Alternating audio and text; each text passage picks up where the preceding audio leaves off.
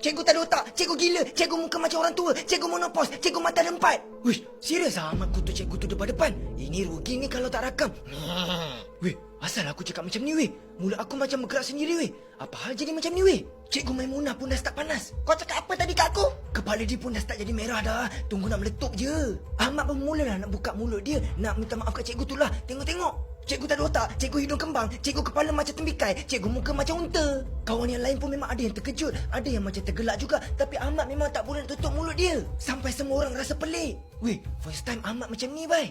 Hey guys! Guys, bapak berani amat kan kutuk depan-depan cikgu tu. Tapi mesti ada sebab kan. Mesti korang nak tahu sebab apa kan. Okey, cerita dia macam ni. Ahmad ni, dia ni adalah pembuli dekat sekolah tu. Memang famous lah dia ni. Tumbuk yang terajang-terajang budak-budak dekat sekolah tu. Memang makanan dia lah, favourite dia. Tapi Ahmad ni ada seorang ni, dia macam favourite dia lah untuk dia terajang ke apa. Nama dia Syafiq. Boleh katakan Syafiq ni macam pacimbek dia lah. Bila Ahmad terajang si Syafiq ni, memang ramai gila lah yang suka tengok benda tu. Ada yang rakam, ada yang pergi support Ahmad. Tapi boleh katakan Syafiq tu sampai rasa lemah gila sebab tak ada orang nak backup dia. So Syafiq ni pun dia redha je lah. Dia tunggu je lah penumbuk daripada Ahmad lepas ni.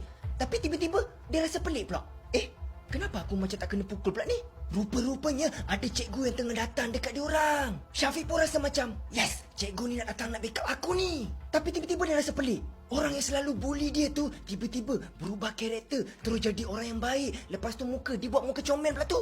And tiba-tiba dia hulur tangan dekat Syafiq, seolah-olah macam Ahmad ni nak berkawan dengan Syafiq ni lah. Syafiq ni apa lagi, dia tak puas hati lah kan. Bila cikgu tu datang je, cikgu tu terus senyum. Macam dia nampak macam Ahmad ni baik je. Ahmad nak salam dengan Syafiq, macam tu lah. Memang masa tu nampak macam Ahmad ni baik gila. Nampak macam dia ni turun daripada langit lah. Macam malaikat lah kiranya. Berubah 360 darjah. Orang-orang yang sekeliling diorang tadi tu semua pun macam berubah karakter. Semua macam buat tak ada apa-apa jadi. Semua buat muka baik Syafiq tu pun teruslah berair mata dia. Sebab dia rasa macam kenapa tak ada orang backup aku ni. Dia pun terus lari. Dia lari daripada situ. Syafiq tu tahu kalau dia bagi tahu cikgu tu pun bukan cikgu tu percaya pun. Sebab orang sekeliling semua macam buat apa-apa tak ada macam tak ada apa-apa jadi. Lepas tu dia tiba-tiba nak bagi tahu macam Ahmad tu jahat. Memang tak ah. Syafiq pun terus berlari sampai dekat satu bangunan ni. Dia pergi nyorok kat bangunan tu. Lepas tu dia duduk kat situ. Dia layan perasaan dia. Sedih babe. Tiba-tiba masa Syafiq lepak dekat situ, tiba-tiba ada orang tua macam datang dekat dia. Pakaian orang tua tu pun nak kata macam badut pun tak juga, tapi pakaian dia warna-warni lah. Lepas tu lelaki tua tu datang dekat Syafiq. Lepas tu dia hulur tangan kat Syafiq. Lepas tu dia cakap,